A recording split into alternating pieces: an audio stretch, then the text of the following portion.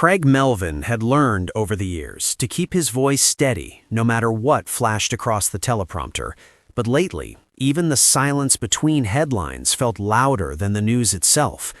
It was just past dawn when he sat alone in the studio, the glow of monitors reflecting in his tired eyes, scrolling through an endless cascade of updates, breaking stories layered upon breaking stories, each one demanding urgency, each one erasing the emotional space of the last before it could fully settle.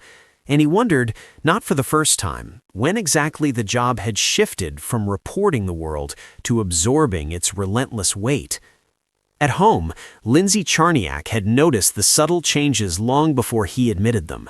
How he lingered a little longer at the kitchen counter, how his usual easy laughter had grown measured, how even quiet evenings seemed crowded with thoughts he didn't share. And one morning, as she handed him his coffee, she gently asked, "Do you ever feel like it doesn't turn off anymore?" A question so simple it disarmed him, because the truth was, it didn't. Not really. Even when the cameras went dark, the stories followed him, not in vivid dramatic flashes, but in quieter, more persistent ways. The faces behind the headlines, the grief condensed into sound bites, the urgency that never quite resolved into closure.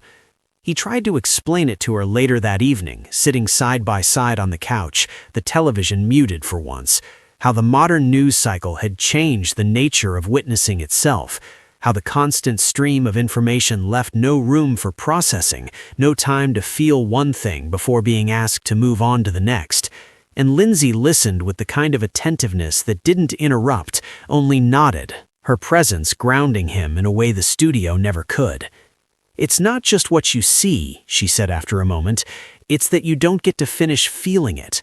And her words lingered, because they named something he hadn't quite articulated, the incompleteness of it all, the emotional fragments that accumulated without resolution.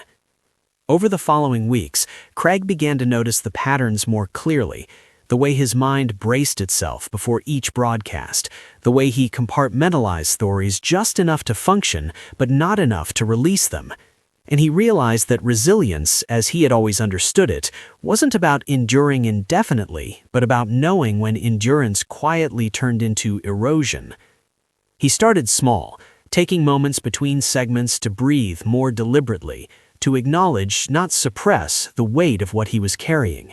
And at home, he and Lindsay created a quiet ritual of their own, a deliberate pause at the end of each day where they would sit together without screens, sometimes talking, sometimes not, allowing the noise to settle into something more manageable.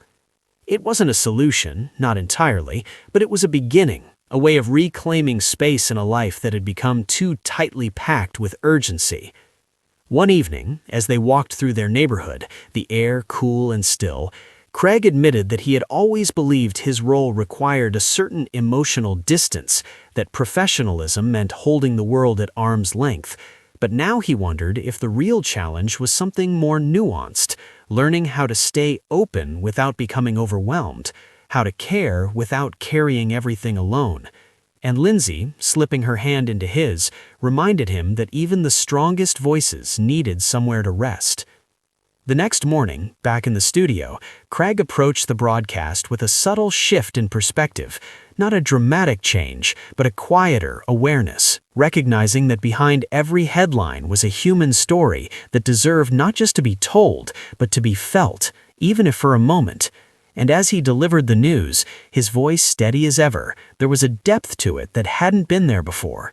Not heavier, but more grounded, as if he had found a way to stand within the storm rather than simply report on it.